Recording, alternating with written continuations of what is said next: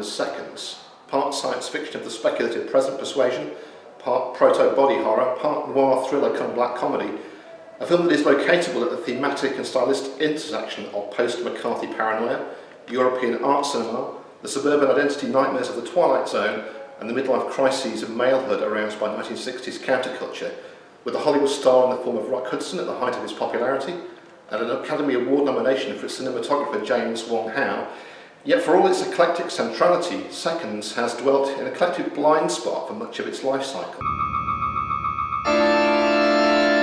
Arguably the bleakest mainstream Hollywood film ever made, it was roundly booed at the 1966 Cannes Film Festival and was a commercial failure upon release. Over time, the film's critical reception has gradually turned to acknowledge its significance in the scheme of American cinema, and among the cult circuit cognoscenti, it has certainly earned its stripes. But throughout the wider science fiction cinema community, it remains, for many, a remarkably overlooked and unseen film.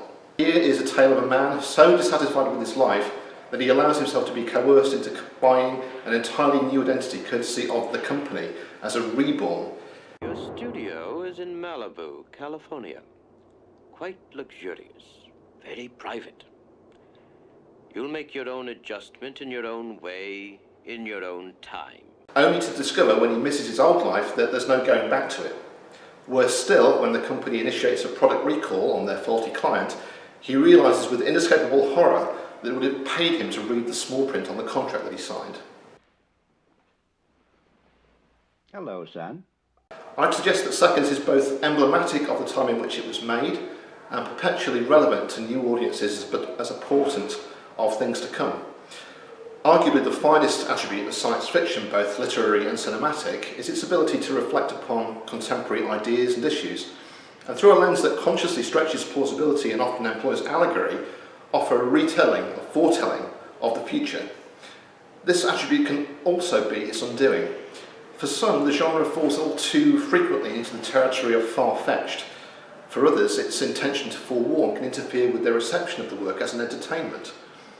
With this in mind, we can perhaps regard Seconds as a necessary entertainment.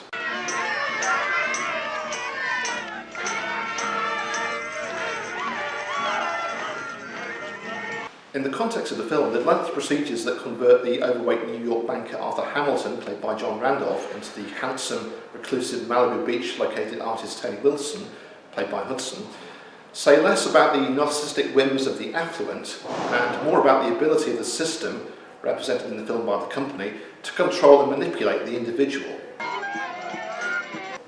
The post-surgical sutures that knit together the skin of Hamilton / Wilson become the strings that the company puppet masters use to control their client. The allegory of the plasticity, puncturing and manipulation of skin is set up and illuminated from the get-go by the Saul Bass directed opening sequence, which pulls aspects of the human face through the distortions of a dark and frightening funhouse mirror effect. Howe's camera work similarly employed a variety of skewed angles, disorientating lenses and curiously destabilising camera mountings. The opening Grand Central Station sequence in particular cuts between jerky handheld and drunken harness mounted shots to achieve its effect. This builds to suggest that the film's stock, the very skin of the film itself, or the screen or surface upon which one is viewing it, is being manipulated and pulled out of shape. There's a broad anti-establishment polemic at work in Seconds, broader than that employed by Frankenheimer in the first two films of his loose paranoia trilogy, The Manchurian Candidate from 1962 and 7 Days in May, released in 1964, both of which grounded themselves ostensibly in real-world geopolitical machinations. The point of Seconds is much more fundamental.